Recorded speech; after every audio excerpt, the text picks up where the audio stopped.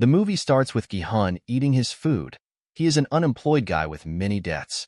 His wife chose to leave him and brought his daughter to live with her new husband. On his daughter's birthday, Gi-hun tries to be a good father. He forcefully takes his mother's money for a gamble. He won the gamble and brought home a stack of money. However, on the way home, he got chased by the moneylenders. He bumped into a girl on his escape. Unfortunately, the girl steals Gi-hun's money.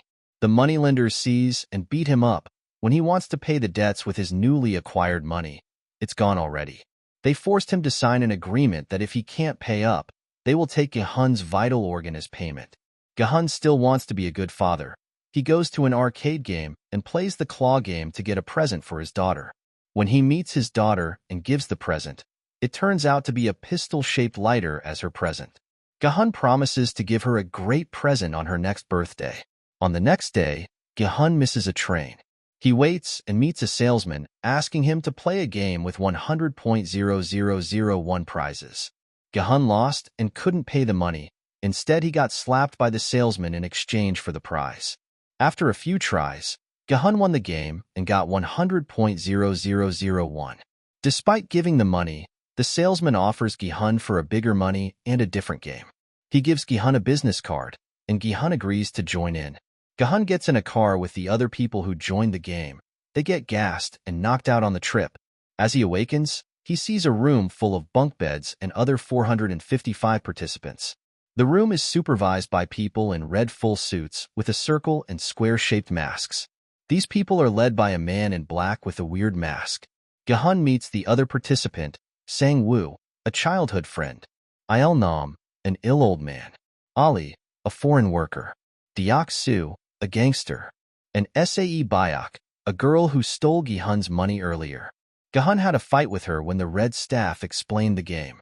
The participants have to agree with the rules. They can't leave in the middle of the game. They will be eliminated if they refuse to play, and the game can be cancelled if the majority agrees with it. Next scene shows the participant go to the first game, red light, green light. There is a huge girl-shaped robot working as the watchman. When it says green light, the participants have to move as fast as they can to the finish line before the time runs out. However, when it says red light, they have to freeze up or will be shot dead. They got freaked out and tried to escape, but resulted in their death. Gi-hun and those who survived have to continue the game. They have to finish the game despite the many corpses lying around them. Those who reach the finish line will continue to the second game. Gi-hun runs to the finish line but almost falls off when Ali grabs his tracksuit and saves him from the shot. They both succeed reaching the finish line while the others who didn't make it are shot dead. The survivors back to their room. They are frightened and anxious. They decide to finish it with voting. The staff explain that the reward is already 25 billion, won just right before they vote. If they choose to stop, they bring nothing home.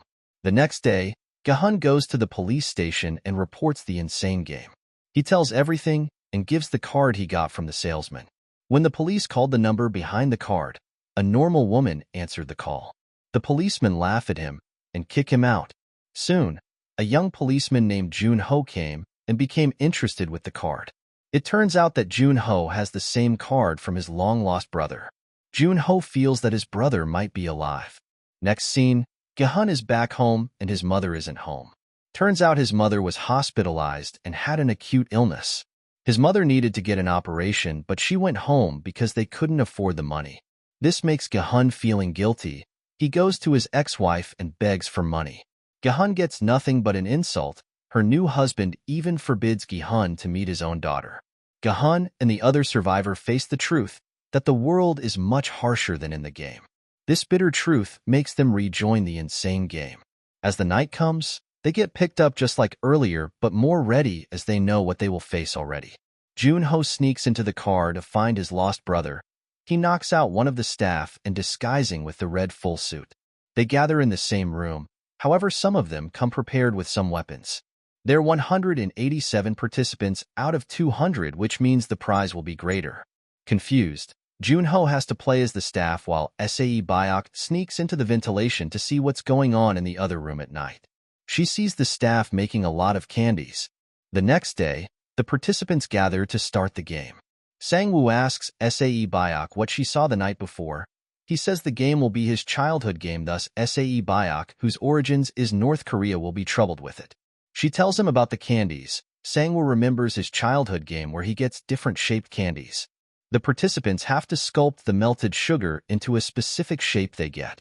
Sang-woo takes the triangle-shaped as it is the easiest one, while Gi-hun takes the umbrella-shaped. 10 minutes is their time to finish the sculpting, thus whoever doesn't make it in time will be shot dead.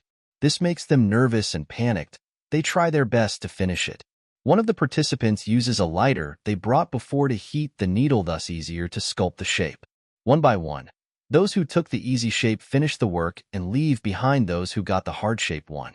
Some of the staff begin to distrust Jun-ho as he doesn't know what he should do. Gi-hun gets an idea at the last minute. There is already a pattern which is easier to break apart if he licks on it. The others start to do the same. Gi-hun and Il-nam finish the work. However, there is one person who doesn't make it and rebels on the staff, resulting in the other staff shooting at them dead. The rebellious person held a staff member and forced him to open his mask. Soon, the game master comes and shoots the unmasked staff. It turns out they had an agreement that if their identity is discovered, death will be the penalty. This is all done to ensure the confidentiality of this game. The next scene, we see Gi-hun and the others going back to the room and getting a meal for them. Everyone gets one meal, yet Deok-soo and his gang are greedy. They take 2 meals for them. Thus, there will be someone who gets nothing. The one who gets nothing approaches Deok-soo furiously. However, Deok-soo beats him up and kills him. The other participant tries to report it to the staff, and none of them respond to the incident. Despite this, they show an increase of the prize as one person died. Deok-soo and his gang think of killing the others and get more money. Soon the participants get divided into few groups. At the same time, the scene shows a participant doing a surgery on a dead person with few staff. Turns out that he is a doctor and the staff are doing illegal vital organ trades.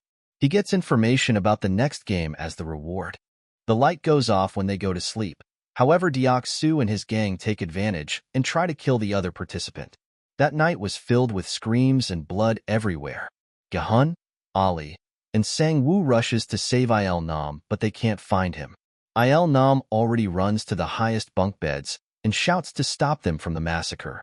The staff come and clean the mess. Later on, the remaining participants gather and prepare for the next game. In this game, they have to form a group of 10. The doctor chooses Deok-soo and his gang as he already knows the game will be a tug of war. While the others are forming a group with the random nearest participant, Gi-hun's team consists of 3 women and an old man. Gi-hun's team became an easy target for the others. It's not a normal tug-of-war game. This game is placed on a high ground, which means those who lose will fall to the ground and die. It's time for Gi-hun's team to play the game with another strong team. Il-nam shares tips in the elevator to make them win the game. They need to trust and cooperate with each other. At first, the tips worked, but due to strong opposing teams, they couldn't beat them. At the last minute, Sang-woo led the game. They take a bold move by stepping forward 3 steps in order to make the opposing team fall down, and they win the game. From 80 participants, only 40 survive. At the end of the game, the doctor comes to do the usual surgery, and Jun-ho is ordered to do the vital organ shipment. Jun-ho witnesses the illegal surgery. Soon those vital organs will be sold, and they make money from it. When the surgery is done, the doctor asks for the information for the next game, yet the staff tells them they have no information for the next game. The doctor furiously kills a staff. As if he gets nothing, he surely will be killed by Deok-soo. He escapes the place but gets chased by a staff member. The staff tries to persuade him as he doesn't want the frontman to know his illegal activities. The frontman comes and kills both of them. He believes everyone is equal in this game and should try to survive without any special help for one of them. Meanwhile, Jun-ho and a staff member goes to the secret passage to send the vital organ to the buyers. When they reach the outside, the staff threatens Jun-ho with a knife as he already suspects Jun-ho is the intruder, and Jun-ho kills him immediately. While Jun-ho invaded the game master room, the frontman found the staff's corpse and discovered it's a police's bullet. Jun-ho finds a pile of files from those who ever joined the game. He finds his brother's data and the fact that he has joined the game before. The next game starts. On the way to the game room, the participants witness the corpses of the doctor and staff. They remind the participants, this will happen to those who don't play sportively. In this game, they have to pair up. However, There are only 39 survivors, which means one person will get no pair. Nobody wants to pair up with Il Nam, but Gi-hun feels pity and wants to pair with Il Nam. Mi-Nyan is the one who gets no pair. She is taken to another room. Meanwhile, in the game room, the pair is given a pack of marble for each of them. The objective is to acquire 20 marbles at the end of the game, which means they have to beat their pair.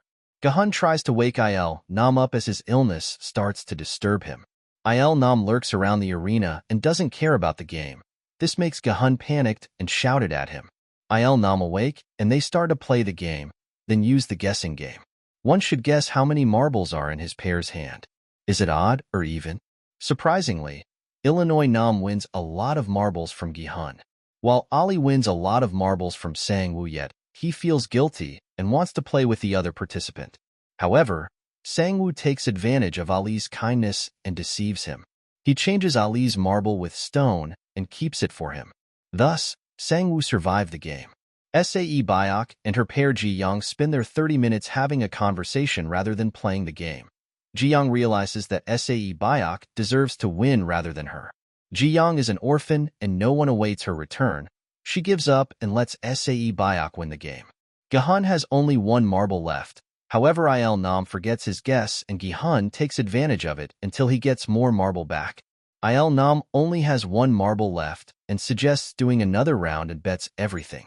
Gi-hun rejects it, but Il Nam tells him that he knows Gi-hun deceived him and just let it be. Gi-hun feels guilty, yet Il Nam hands over his last marble to him. Il Nam expresses his gratitude for Gi-hun as he always takes care of him and says he enjoys the last days of his life. Soon, the time's out and those who lose get shot and dead. The remaining survivor returns to the room and is surprised as Mi-Nyan survives. The frontman and his staff keep looking for the intruder as the investors will visit soon.